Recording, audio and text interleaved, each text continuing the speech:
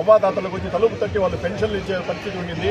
కానీ ఈరోజు మన చంద్రబాబు నాయుడు గారు వాళ్ళకి కావాల్సిన వాళ్ళతో కేసు తెప్పించేసి వాళ్ళకి ఆటకం కలిగించిన దానివల్ల ఈరోజు ఏమైందంటే ప్రజలు వచ్చిందో పెన్షన్ల కోసం అవ్వాదాతలు వచ్చిందో దీని ఉంటే బ్యాంకుల కాడ ప్రతి చోట పరిగెత్తే పరిస్థితి వస్తూ ఉంది. వాళ్ళ అకౌంట్లో కూడా సరిగ్గా డబ్బు రాలేదని అన్ని అవకతవకలు చేసేసి రకరకాల ప్రాబ్లమ్స్ సృష్టించేసి మొత్తం గందరగోళం సృష్టించేశారు. కేవలం కొన్ని దినాలు జగన్మోహన్ రెడ్డి గారు ఆ పక్క నుండి తప్పినందుకు ఇన్ని ప్రమాదం ఉందే. రేపటి దినం వేరే ప్రభుత్వం వస్తే మా పరిస్థితిని ప్రజలు మమ్మల్ని అడుగుతున్నారు. ఖచ్చితంగా అదే జరుగుతుంది. ఒకవేళ ప్రభుత్వం మారిందంటే మటుకు సచివాలయ వ్యవస్థ కానీ వాలంటీర్ వ్యవస్థ కానీ మొత్తం రద్దవుతాయి.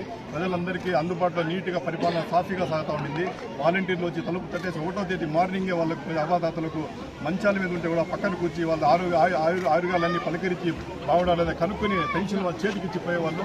అవన్నీ జ్ఞాపకాలు ఉన్నాయి. మేము విలేజెస్లో పోతా ఉంటే అది చూడలేకపోతున్నాము. ఎంత బాధగా ఉండాలంటే ప్రజలు వాళ్ళ ఈ ఏజ్లో కూడా నడవలేని పరిస్థితులు కూడా వాళ్ళకి బ్యాంకు మోసుకొని పోయే పరిస్థితి వస్తూ ఉంది. ఈ రకంగా అల్లా కళ్ళను సృష్టిస్తూ ఉన్నారు వీళ్ళు. ఇంకా వచ్చింది కొంతమంది అయితే పోతా వాళ్ళ చనిపోయే ఇది కూడా కనిపిస్తున్నాయి మనకు దీంట్లో. ఈ రకంగా చేస్తూ ఉంటారు.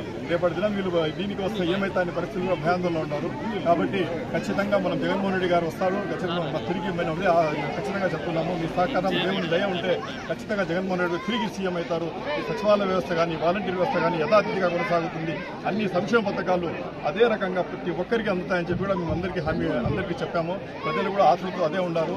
ఈ పరిపాలన రాకముందు ఈ పరిస్థితి ఉంది, ఏమైతుంది మా పరిస్థితి అని చాలా భయాందోళనలో ఉన్నారు. ఖచ్చితంగా మాకు ఈసారి వాళ్ళు ఓటు వేస్తామని హామీ ఇచ్చారు. కాబట్టి ఈ సందర్భంగా నేను కూడా అదే చెప్పాను. నేను ఒక ఇంజనీర్గా పనిచేశాను. ఖచ్చితంగా గెలిచిన తర్వాత దేవుని దయ మీ ఇది ఉంటే ఖచ్చితంగా నేను గెలుస్తాను. గెలిచిన తర్వాత మీ దీనికి సచివాలయానికి వస్తాను.